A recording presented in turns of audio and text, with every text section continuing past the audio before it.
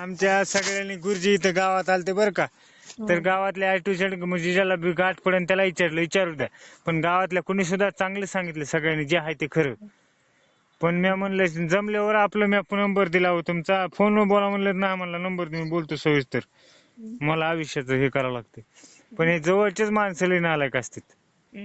आणि आमच्या भावानं आता आमच्या भावावरच सूर पण आहे. आता ती शब्दानं सुद्धा नाही, असं काम नाही काही नाही, रानात बी काय येणं नाही काही नाही, आराम मस्त. बंगला बिंगला घरदार चांगलं तिथं म्हणल्यावर काय झंझट नाही, कुठं जायचं नाही कुठे यायचं नाही. तिथं चांगलं झालं. रानात तर काय काम नसेल केलं तुमच्या ताईने कवा. आमच्या पूर्ण काम बिन ते बी लावित नाही काम. ती भावाईने बटाईनं गेल्या वर्षी 20-25 पोते गहू झाला, 2-3 लाखाची सोयाबीन भाऊच वाहते. चांगले मग पुन्हा इकडे नोकरी न नोकरी, नोकरी 30-35 हजार महिना या. अंबाजोगाईला बंगला त्यांचा स्वतःचा. मग चांगली कू.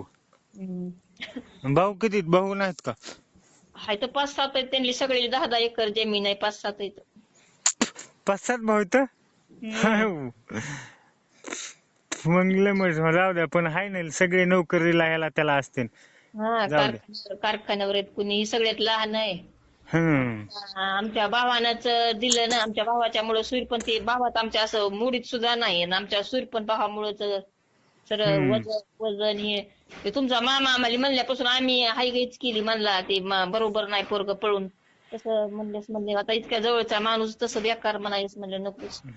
ते बरोबर आहे. ते जवळचे तो हे तो तुमची तरी चांगली म्हणा. मला शंका आलती त्यांची, पण म्हणलं हाय मामा बोलायचं असलं तर बोलन, गुरुजीन ते बोलतील काहीतरी. जमल्यापासून मी लावला होता फोन त्यांना, सांगितलं त्यांचा फोन आला तर ते सांगितलं. म्हणलं आमचा मामा तर सगळ्यात हे बघा चाबरा. जाऊ दे आता, आपापले नशीब असते. तिचं चांगलं झालं ह्याच्यातच हे. आमच्या मामाचं की आमच्या पुरीचं मामानच केलं, बापावर थोडंच बसलाय की. तुमच्या मामाने चांगलं केलं.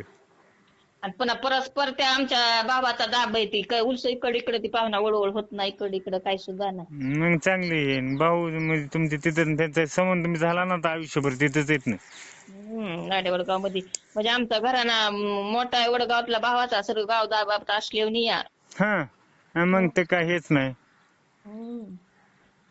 जाऊ द्या. ते ताईचं बरं काय, ताईचं माझ्याविषयी हे नव्हतं का, म्हणजे निगेटिव्ह भावना होती का मी पसंत नव्हतो ताईला.